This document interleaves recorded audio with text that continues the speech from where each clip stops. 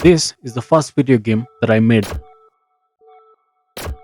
This is the video game that I am developing now, and this video covers my game development journey.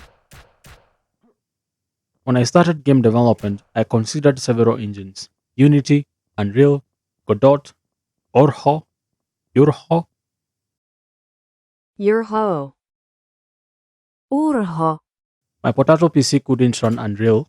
Unity's file size was too large for me to download at the time, and there were no tutorials on how to use. Urho. This left Godot as the only option. It was a small engine, roughly 30 megabytes at the time, and there was a fairly large community and online resources. My early games were just simple mobile games. I called my first game CG Square, and I made it by following along a tutorial from Bon CG. After I was done, I decided to remake it, overhauling the visuals and making some minor improvements. After that, I decided to make a game in 3D. Unfortunately, I lost the original files, and this is the only screenshot that remains. Then I decided to make a car game. After failing to figure out how to make an actual racing game, I decided to have a car driving on a narrow track, and the player would have to reach the end of the track before they ran out of fuel and without falling off the track. The final game, while playable, had some issues.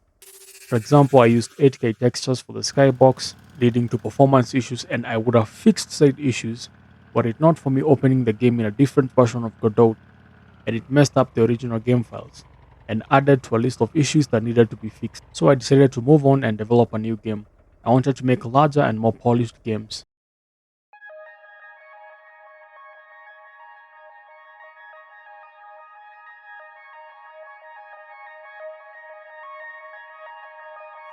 Marksman was the first FPS game that I developed. At first, I had big plans, a full sci-fi shooter with missions, cutscenes, and versions for both Android and PC. I even built out the first level, but it did not take long for me to realize that the scope was too big. So I tried to make a zombie game with multiple locations, wave-based enemies, and once again I realized that I was being too over-ambitious. Then, while developing the tutorial level for the zombie game, I built this one room where the player had to shoot at a few dummy targets down a corridor. This tiny section was very fun, and I decided to make a full game out of it. First, I decided to simplify the game, stripping anything I deemed unnecessary. Then I dropped the Android version due to performance issues and built the game around two main modes: Breach mode, which had you clearing rooms with targets, and Sniper mode, where you shot at targets in an open field. Each mode would have 5 levels. The dummy targets were divided into 2: hostile or civilian targets. If you shot at a civilian target, you failed instantly. Different points were awarded for headshots, body shots, and no-scope headshots, as well as a randomized bonus point. I decided to reuse weapons from the abandoned prototypes: a pistol, a shotgun, an assault rifle, and a sniper rifle. I had ideas for hand animations, but I dropped them when rigging became too much. I designed the sniper mode levels first because they were easy and they all took place on the same field. As for the breach mode, I wasn't great at level design at the time, so I decided to shape the levels like alphabets, using stairs and large halls to break the shape. Then, to improve the visuals, I added some lights and played with color correction. Lastly, I added UI, sound effects, and even tried composing music, making this bang of an original soundtrack.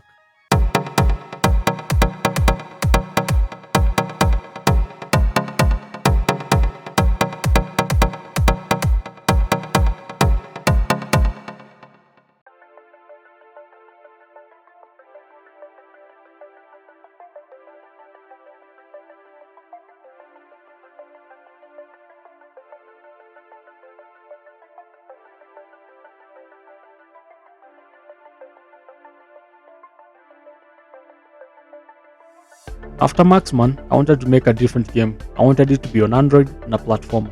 Originally, I wanted to include a story that would have a herbalist collecting herbs on an island, but later, I made it a linear platform, and if you missed a jump or fell into the water below, you failed instantly.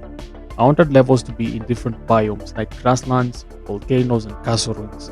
In the end, I cut out the volcano levels and instead used some of their assets as distant mountain props. Unlike other platformers where you collect coins, I made the player's health decrease constantly, and they had to pick up fruits to replenish it. Each pickup, from its mesh to its health points, was slightly randomized. I also added a number of traps, like narrow planks, spinning blades, scrambling platforms, and timed doors were some challenge.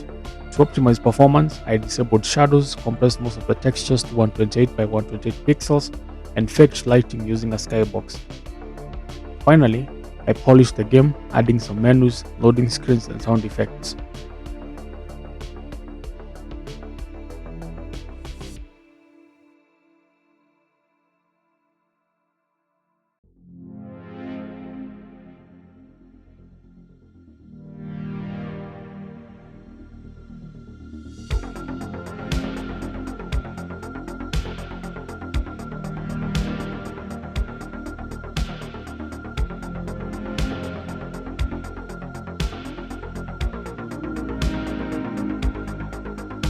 Inspired by Neon Shadow, a first-person shooter for mobile and PC, I wanted to make a sci-fi game. Dark sci-fi lore, waves of enemies, bosses, several locations, the whole deal. But it did not go as planned.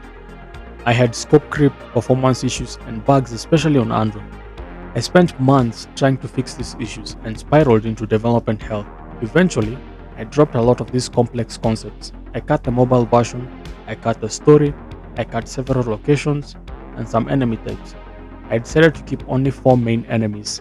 The first enemy type were laser bots, which fired lasers from their mono eye. They are weak but can overwhelm the player in large numbers. The next were ceiling mounted turrets, which activated when the player came close to them. Then I had kill bots, which were tanky and I had them shoot and scoot around the player. Then there were laser traps, which just move up and down, and as for the final boss, I decided to make it a military aircraft. Only the laser bots spawn in waves into the level. All other enemies were placed manually. This time round, I finally got to implement proper hands for the weapons. Speaking of weapons, I included a pistol, a shotgun, an assault rifle, and a grenade launcher, all with a diegetic ammo counter. I also got to revise my old FPS code from Maximum by having one template script for all guns and improved camera shake. While making levels in Blender, I learned of modular design, and this sped up my level creation process. Then, once again, I did all my polishing and released my game on itch.io. Each of the games I have made has shaped how I think about game development, and I've picked up some skills along the way. In the description is an itch.io link where you can find and download my games.